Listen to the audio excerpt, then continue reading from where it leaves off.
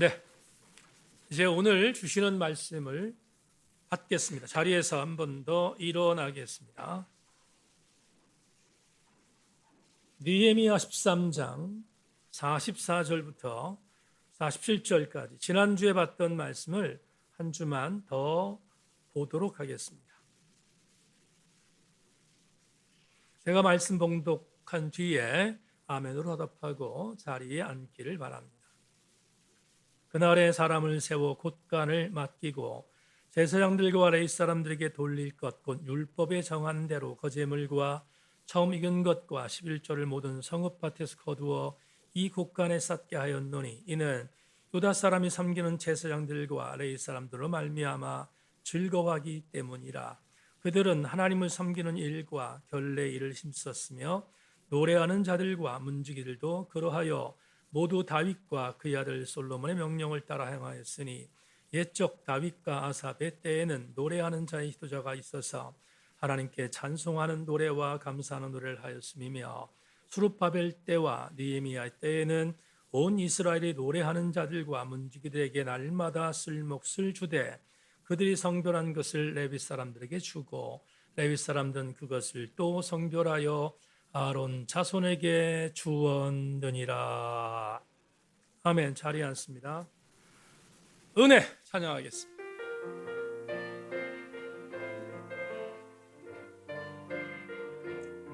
오늘 말씀과 관계에 있어서 이 찬양 나누겠습니다. 내가 누려왔던 모든 것들이 내가 지나왔던 모든 시간이 내가 걸어왔던 모든 순간이 당연한 것 아니라 은혜여. 아멘 아멘. 아침 해가 뜨고 저녁에 노을 봄의 꽃향기와 가을의 열매 변하는 계절의 모든 순간이 당연한 것 아니라 은혜. 모든 것이 은혜 은혜 은혜 한없는 은혜. 내 삶에 당연한 것 하나도 없었던 것을 모든 것이 은혜 은혜였소. 내가 이 땅에 태어나 사는 것 어린아이 시절과 지금까지 숨을 쉬며 살며 꿈을 꾸는 삶 당연한 것 아니라 은혜. 내가 하나님의 자녀로 살며 내가 하나님의 자녀로 살며 오늘 찬양하고 예배하는 삶 복음을 전할 수 있는 축복이 당연한 것 아니라 아멘 아멘. 모든 것이 은혜 은혜 은혜 한없는 은혜. 내 삶에 당연한 것 하나도 없었던 것을 모든 것이 은혜 은혜여. 모든 것이 모든 것 은혜 은혜 은혜 한없는 은혜. 내 삶에 당연한 것 하나도 없었던 것을 모든 것이 은혜. 다시 한번 마지막으로 고백합니다. 모든 것이 은혜 은혜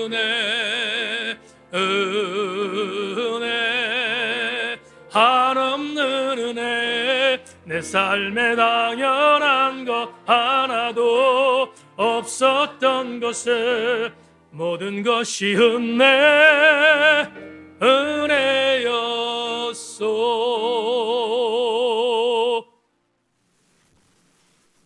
오늘 여러분과 대림절 네 번째 주일 느헤미야 41번째의 강의의 제목으로 즐거워하기 때문이라, 이런 제목을 갖고 말씀을 함께 나누기를 원합니다.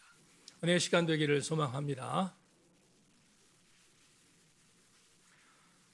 제가 좋아하는 출판사 중에 IVP라고 하는 출판사가 있는데, 금년 초에 목사가 목사에게라는 제가의 책을 출간했습니다.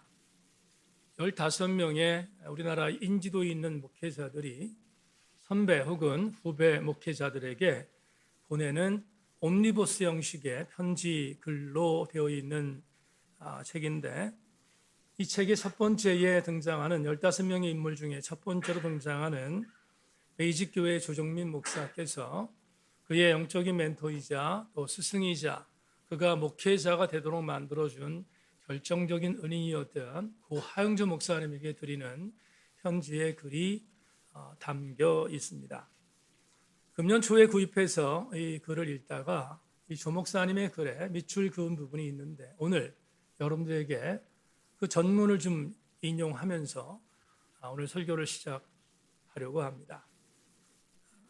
글 전체의 글 중에서 조정민 목사님이 하영조 목사님에게 질문했던 글부터 여러분들에게 소개합니다. 목사님, 편지를 이만 줄이기에 앞서 이 말씀만은 꼭 드리고 싶습니다.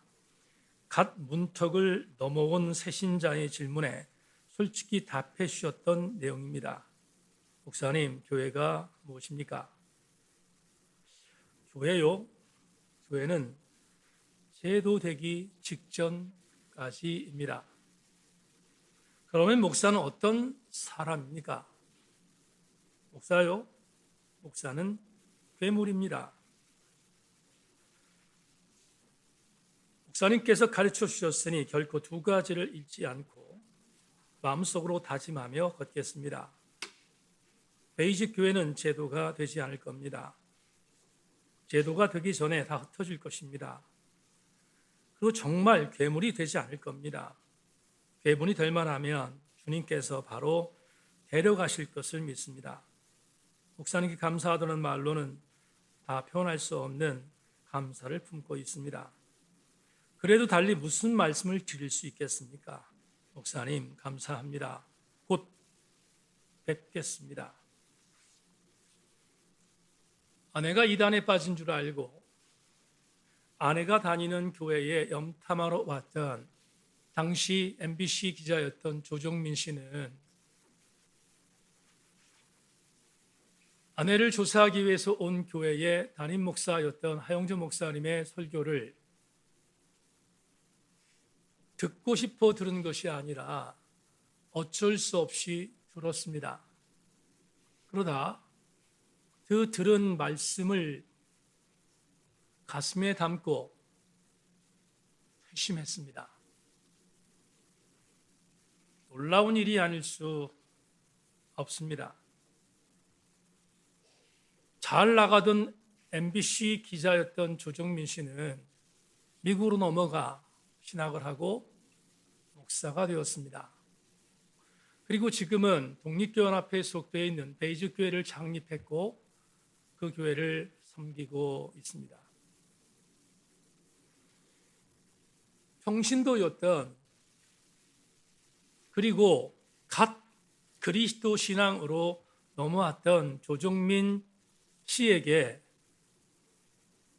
정말로 엄청났던 당시에 목회자였던 하용조 목사님이 질문을 받고 진솔하게 대답했던 두 가지의 답을 지금 목사가 된 조정민 목사는 가슴에 담고, 그리고 본인의 교회 목회 철학으로, 그리고 사역의 가장 중요한 핵심적인 뼈대로 삼고 목회하고 있음을 보고한 이 편지글에서 저도 참 많은 도전을 받았습니다.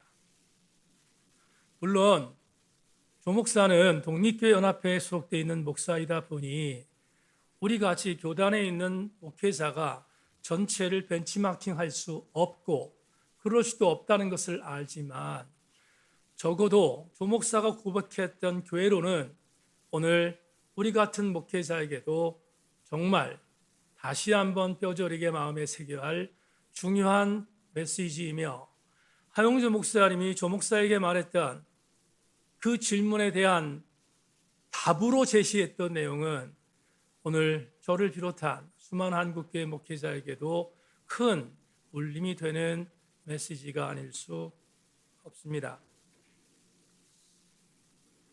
교회는 조직이 되는 순간 교회가 아니라 전적으로 동의합니다. 우리 교회는 조직교회입니다. 그러나 조직교회이지만 교회가 조직으로 남으면 우리 교회도 교회일 수 없습니다. 왜냐하면 교회는 예수 그리스도를 구주로 고백한 자들이 모이는 공동체이지 조직이 아니기 때문입니다. 또 하나, 목사는 괴물이다. 엄청난 충격이 아닐 수 없습니다.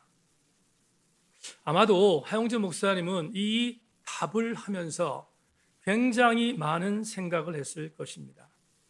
왜냐하면 이 질문을 받았을 때에 하용재 목사님은 대한예수교 장로회 통합 측이라는 대한민국의 두 번째 교단에 속해 있는 교회의 대형교회 목사였기 때문입니다. 당시 하용재 목사님이 섬기는 온누리 교회는 대한예수교 장로회 통합 측의 5번째 순위에 들어가는 대형교회였기에 대형교회라고 하는 개념의 목회자는 세속적 가치로 바라보면 수많은 사람들에게 질타의 대상이었고 별로 곱지 않은 시선의 대상이었던 것을 알았음에도 불구하고 하 목사님이 나는 괴물입니다 라고 말했던 것은 그가 진짜로 괴물이었기 때문이 아니라 괴물로 변질되는 목사가 되지 않기 위하여 몸부림쳤다는 반증이기 때문입니다. 목사가 괴물이 되지 않아야 할 것은 목회자의 자질과 목회자의 영성과 목회자의 최선을 다하는 몸부림을 통하여 이루어지는 것임을 알기에 이 답도 저에게는 대단히 큰 충격을 주었던 것으로 기억합니다. 정상적인 목회자는 최선을 다하여 교회를 섬기는 것을 전제하여 괴물이 되지 않기 위해 몸부림치는 것이 당연합니다.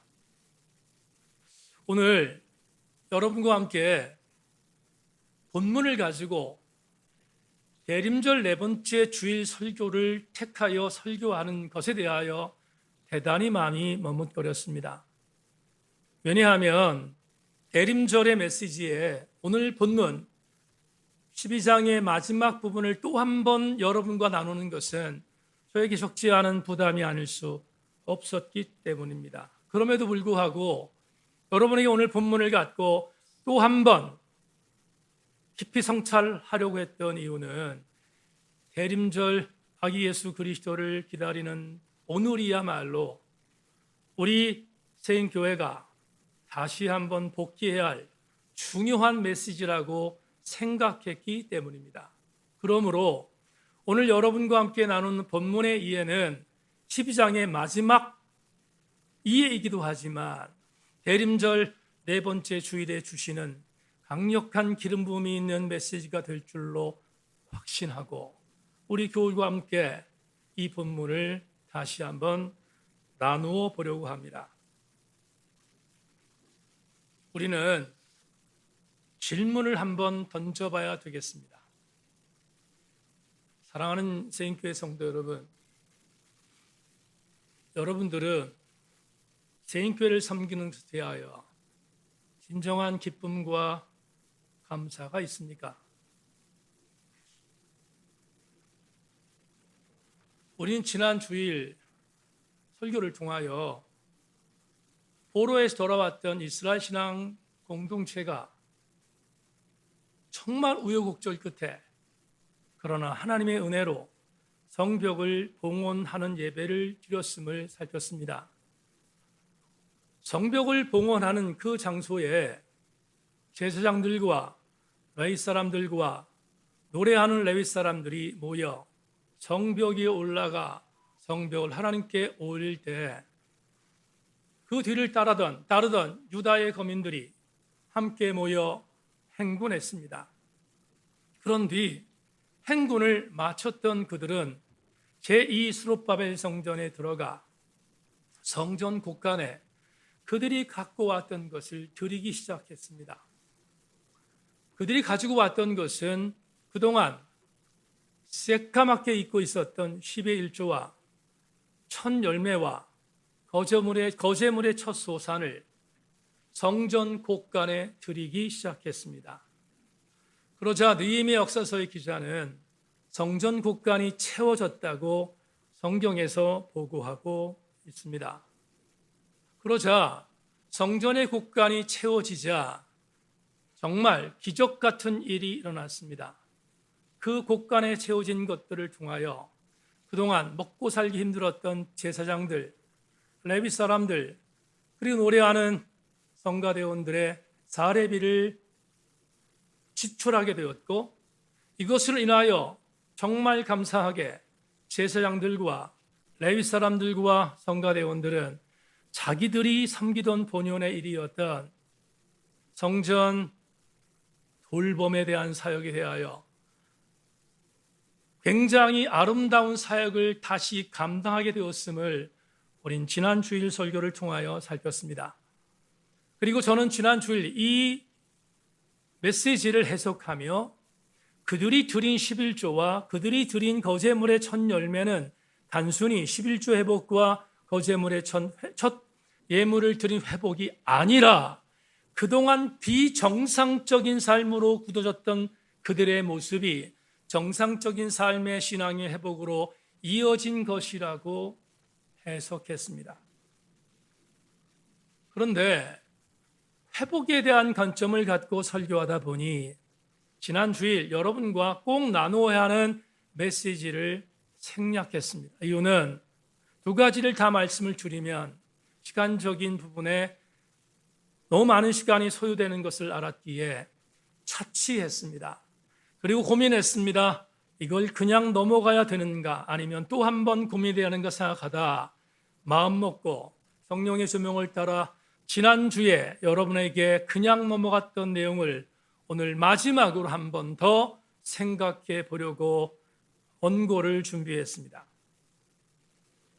여러분과 오늘 나눌 지난주에 생략했던 주제절은 44절 본문입니다. 여러분 44절을 자막을 통해서 확인해 주시기를 부탁합니다. 그날에 사람을 세워 곳간을 맡기고 제사장들과 레위 사람들에게 돌릴 것 곧 율법에 정한 대로 거제물과 처음 익은 것과 11조를 모든 성읍밭에서 거두어 이 곳간에 쌓게 하였노니 이는 유다 사람이 섬기는 제사장들과 레위 사람들로 말미암아 즐거워하기 때문이라. 다 같이 아멘. 여러분 44절에 마지막 문장을 오늘 설교 제목으로 삼았습니다. 즐거워하기 때문이라. 뭘 즐거워했습니까? 어떤 것을 즐거워했습니까? 다른 성경 버전으로 유다의 백성들이 뭘 즐거워했는지를 찾아보겠습니다. 표준 세번역입니다. 백성들과 제사장들과 레위 사람들에게 준 목, 그날 사람들은 헌납물과 처음 거둔 소산과 11조 등을 보관하는 창고를 맡을 관리인을 세웠다. 유다 사람들은 직무를 수행하는 제사장들과 레위 사람들이 고마워서 관리인들을 세우고 율법에 정한 대로 제사장과 레위 사람들에게 돌아갈 몫을 성읍에 딸린 밭에서 거두어 들여서 각 창고에 보관하는 일을 맡겼다. 여기 고맙다라는 단어가 나옵니다. 두 번째, 공동 번역입니다. 그날 헌난물과 만물곡식과 10분의 1세 보관 창고를 관리할 사람들이 임명되었다. 그들은 사제와 레위인들 몫을 법에 있는 대로 성읍들에 딸린 밭에서 거두어 들여 각 방에 보관하는 일을 맡았다. 유다인들은 사제나 레위인들이 일을 도와주는 것이 고마웠던 것이다. 세 번째, 현대인의 성경입니다. 또 그날에 예물과 첫 열매와 11조를 보관하는 성전 창고를 맡을 사람들을 뽑아 각 성의 농가로 돌아다니며 율법에서 제사장과 레위 사람의 몫으로 규정한 것을 거두어 창고에 들어 놓도록 하였다. 이것은 모든 유다 사람들이 성전에 섬기는 제사장들과 레위 사람들을 좋게 생각했기 때문이었다. 마지막, 유진 피터슨의 메시지 번역으로 읽겠습니다. 같은 날 그들은 제물과 첫 열매와 11조를 보관할 창고를 맡을 사람들을 세웠다. 그들은 계시의 책에 명시된 제사장과 레위인들의 몫을 각 성에 딸린 농지에서 들여오게 했다. 유다 사람들은 제사장과 레위인들의 섬김을 감사히 여겼다.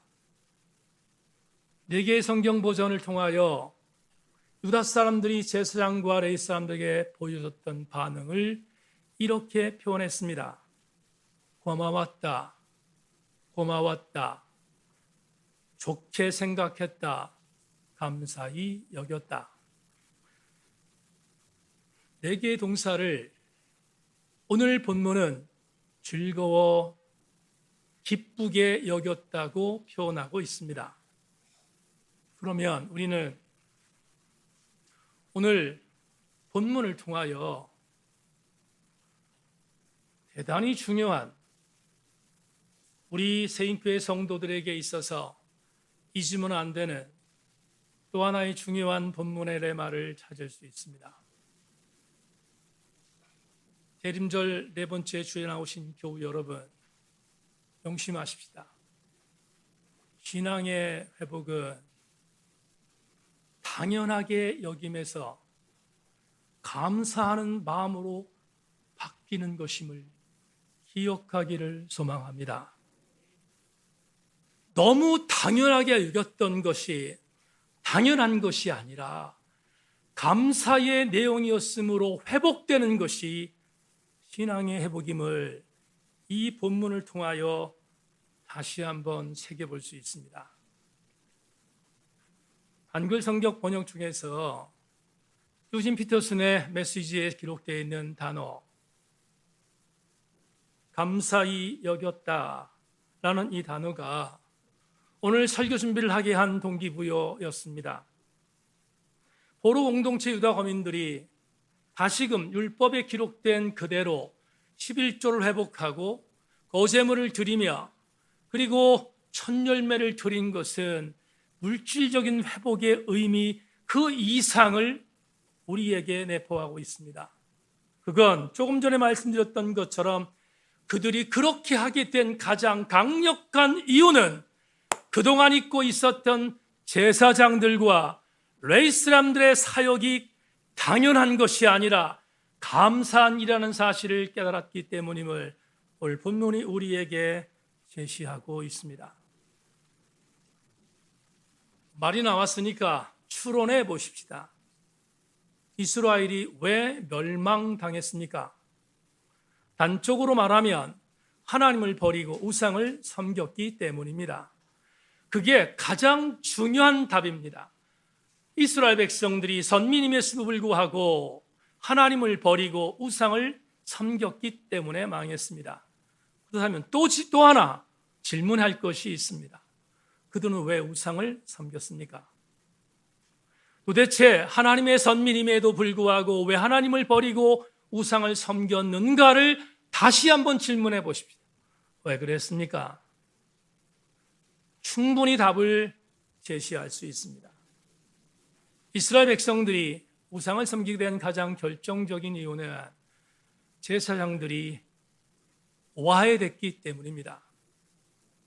제사장들이 먹고 살 길이 없었고 제사장들이 본인들의 삶을 영위할 수 있는 방법이 없었기에 다른 직업들을 찾았고 그러다 보니 이스라엘 신앙 공동체는 율법을 버릴 수밖에 없었습니다. 왜냐하면 율법을 자꾸만 잊어버리게 만든 일들을 자초했기 때문입니다.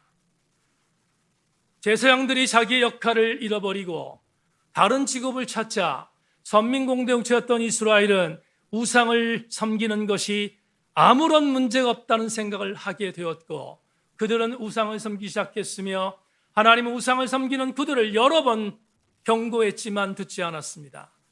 결국 하나님의 심판에 매는 바벨론 포로에 끌려가도록 만든 망함이었음을 우리는 성경을 통하여 이미 알고 있습니다. 그렇다면 이렇게 해석할 수 있습니다. 교우 여러분, 이스라엘의 신앙 공동체의 멸망은 제사장의 와해 때문이었다. 전혀 틀리지 않습니다. 반면 오늘 지금 제시할 신약 성경의 한 부분을 여러분에게 말씀을 드리면 이 내용이 무엇인지에 대하여 여러분들은 반증의 은혜를 얻게 될 것입니다. 빌립보서 1장 3절로 8절을 소개하겠습니다. 내가 너희를 생각할 때마다 나의 하나님께 감사하며 간구할 때마다 너희 무리를 위하여 기쁨으로 항상 간구함은 너희가 첫날부터 이제까지 복음을 위한 일에 참여하고 있기 때문이라. 너희 안에서 착한 일을 시작하신 이가 그리스도 예수의 날까지 이루실 줄을 우리는 확신하노라. 내가 너희 무리를 위하여 이와 같이 생각하는 것이 마땅하니 이는 너희가 내 마음에 있음이며 나의 매임과 복음을 변명함과 확정함에 너희가 다 나와 함께 은혜에 참여한 자가 됨이라. 내가 예수 그리스도의 심장으로 너희 무리를 얼마나 사모하는지 하나님이 내 증인이시니라. 바울은 이 편지를 쓸 때 로마의 감옥에 있었습니다. 앞으로 본인의 신변이 어떻게 될지 모르는 불안한 상태였습니다. 그럼에도 불구하고 2차 전도 여행을 통하여 세웠던 빌립보 교회 성도들에게 감사의 편지를 쓸 수밖에 없었습니다. 그리고 쓴 편지가 지금 읽은 빌립보서입니다. 빌립보서를 시작하는 서문에서 사도 바울은 빌립보 교회 성도들에게 세 가지를 고백합니다. 첫째, 너희를 생각할 때마다 나는 감사한다. 둘째, 너희 빌립보 교회 성도들은 항상 내 마음에 있다. 셋째, 예수 그리스도의 심장으로 너희를 사랑한다 라고 고백합니다. 바울이 왜 빌립보 교회 성도들에게 이 엄청난 자기의 사랑 고백을 했을까? 간단합니다. 2차 전도 여행을 통하여 세웠던 빌립보 교회 성도들은 사도 바울이 순교하기까지 끝까지 그를 지원하며 도왔던 유일한 공동체였기 때문입니다. 그 유일한 공동체를 향하여 이 사랑의 고백을 하는 것은 너무나 마땅했습니다. 그리고 사도 바울은 빌립보 교회 성도들에게 감사를 표현하며 이렇게 말한 것입니다. 내가 항상 생각할 때마다 감사가 있고 나는 너희들이 내 마음 안에 있고 내가 예수 그리스도의 심장으로 너희를 사랑한다고 고백하며 빌립보서 시작하는 1장 4절에서 이렇게 고백할 수 있었던 것입니다. 간구할 때마다 너희 무리를 위하여 기쁨으로 나는 항상 간구한다고 고백할 수 있었던 것입니다. 사랑하는 교우 여러분, 기억하십시오. 저와 여러분들이 사도 바울의 이 강력한 신앙 고백을 어떻게 받아들여야 할 것인가? 이제부터 곱씹어 보겠습니다.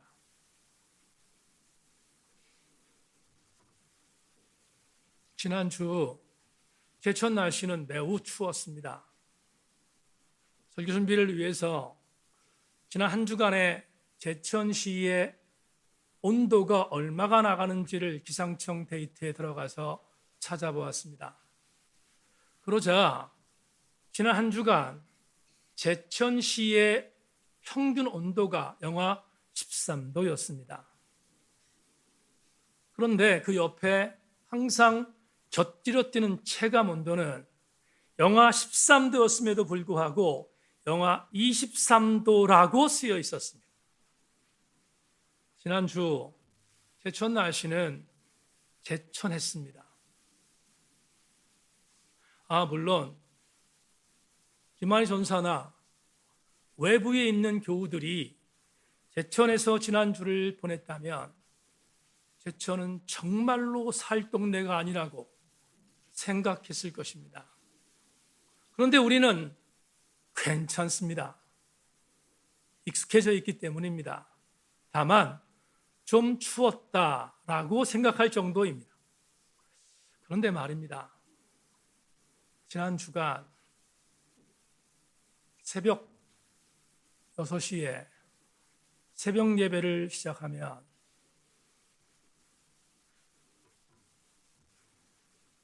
머리에 방한 모자를 쓰고 목도리를 두르고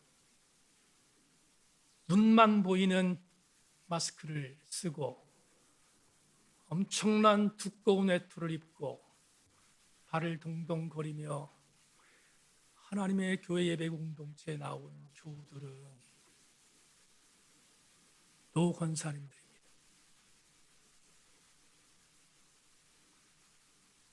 우리 교회 명예 권사님들이 그 시간에 나와서 그 추운 날씨에 하나님의 교회를 지켰습니다. 예배를 인도하며 그 권사님을 바라보면서 이런 생각이 들었습니다. 제천 세인교를 섬기는 담임 목사는 우리 명예 권사님들을 바라보며 감사했습니다. 여러분, 제가 은퇴하는 날 2023년 대림절 세 번째 주간 그 추운 날씨에 교회 나와 예배했던 노권사님들이 단 한 명도 외 없이 그 자리에 있으라는 법은 없습니다. 왜냐하면 90을 바라보고 있기 때문입니다. 90을 바라보는 노권사님들의 예배를 드리는 광경은 저에게 눈물 나는 감동이었습니다. 목회하며 이런 감동은 저에게 여전히 현재 진행입니다. 오늘 일부 예배 때 김지한 집사가 나와서 예배를 드렸습니다. 김지한 집사가 예배를 마치고 돌아가며 펑펑 울었습니다. 이유는 지금부터 말씀드리는 이유 때문입니다. 저는 이런 오기가 있습니다.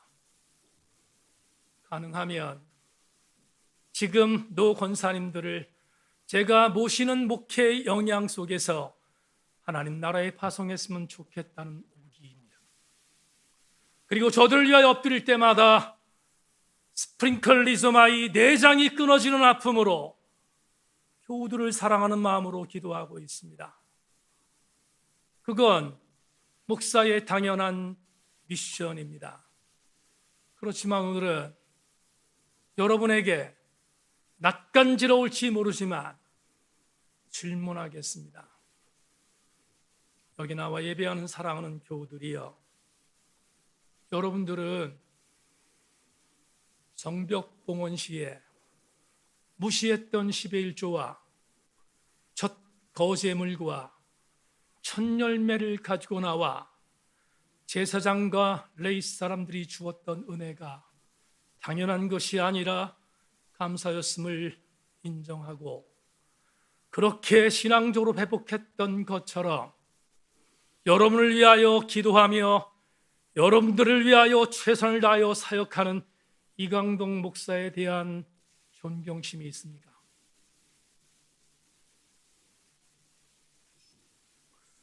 분위기 싸늘해지라고 말씀드리는 것이 아닙니다. 여러분은 여러분의 담임 목사를 존중하고 있습니까? 건강한 교회 시금석은 섬기는 교회 주의 종과 섬기는 교회 공동체가 서로 사랑의 관계로 신뢰가 이루어지는 것이 시금석이 아니겠습니까? 지난주 얼굴책에 글 하나를 올렸습니다.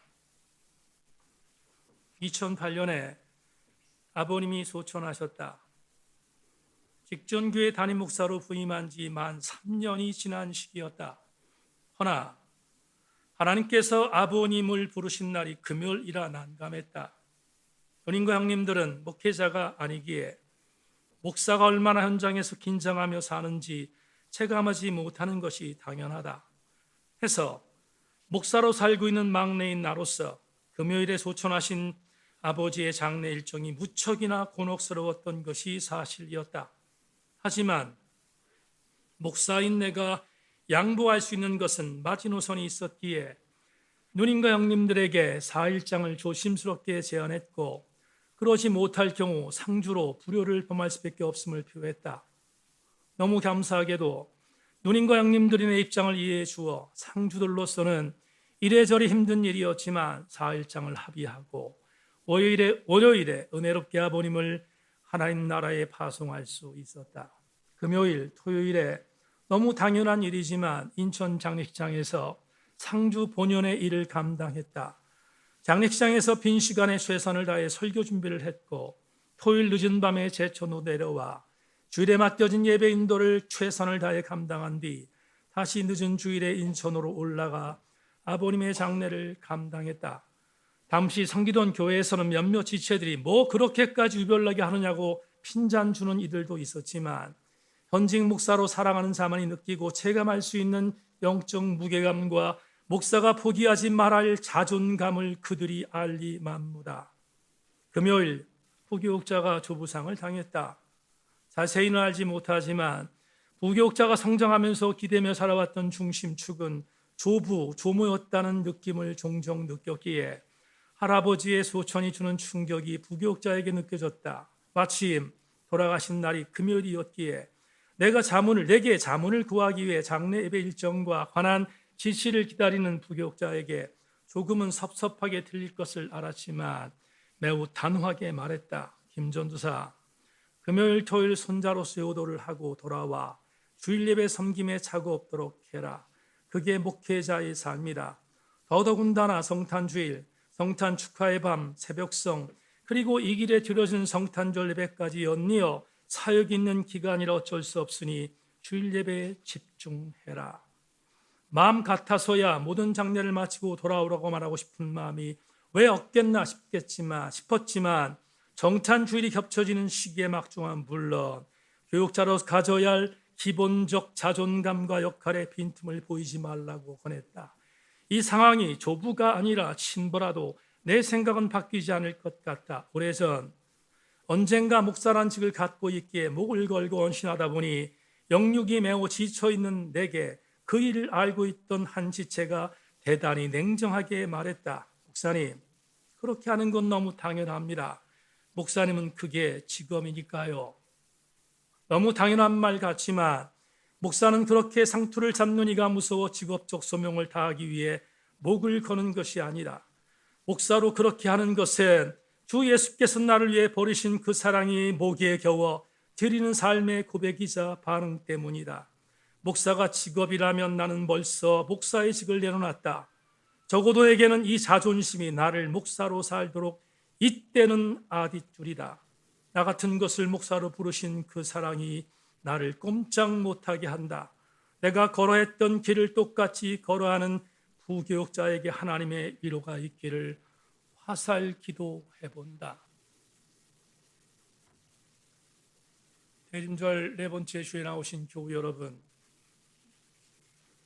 월급을 받는 목사니까 지금 목회자가 하는 일은 너무나 당연한 일이라고 생각하는 공동체는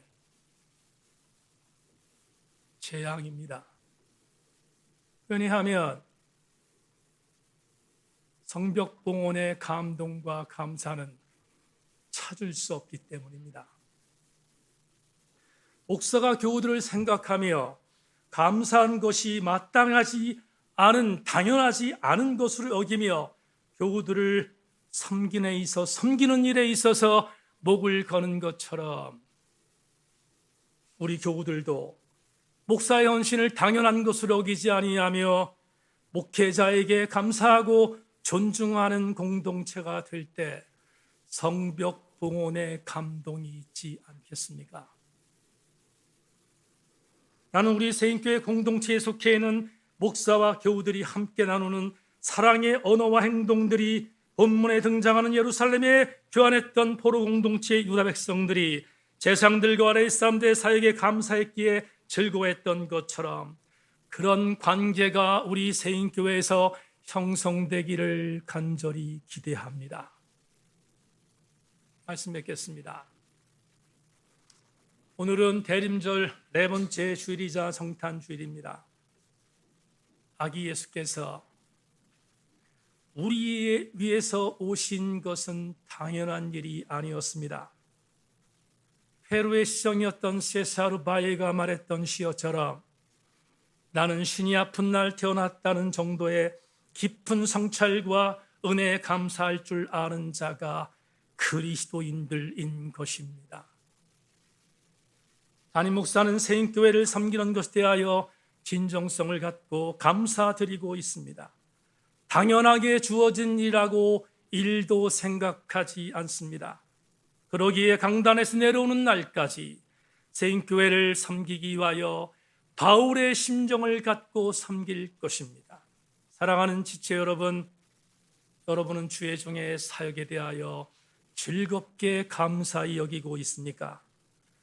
이강동 목사가 세인교회를 섬기는 것을 당연한 것으로 여기지 말기를 소망합니다. 왜냐하면 이것은 존중받아야 할 일이기 때문입니다. 얼굴을 화끈거리게 하는 자화자찬의 메시지가 아니라 그것을 얼굴이 화끈거리는 것으로 받는 성도들이 있다면 대단히 유감입니다.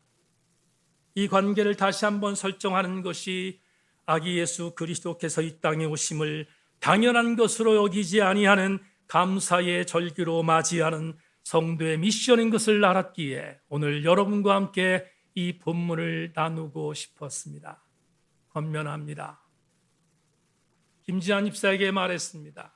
집사님, 스프링클 리조마의 내장이 끊어지는 것처럼 집사님 가정을 위해서 기도하는 것처럼 집사님도 이 목사를 위해서 기도해 주십시오. 예배를 마치고 돌아가는 김지한 집사는 펑펑 울고 돌아갔습니다. 교우들이여, 그러기에 설교 전에 드렸던 이 찬양은 감사절이 아닌 성탄절기에 부르는 것이 더욱더 마땅하다고 생각했습니다. 당연한 것은 없습니다. 모두가 감사입니다. 감사로 어우러지는 우리 세인 공동체가 되기를 주님의 이름으로 소망합니다.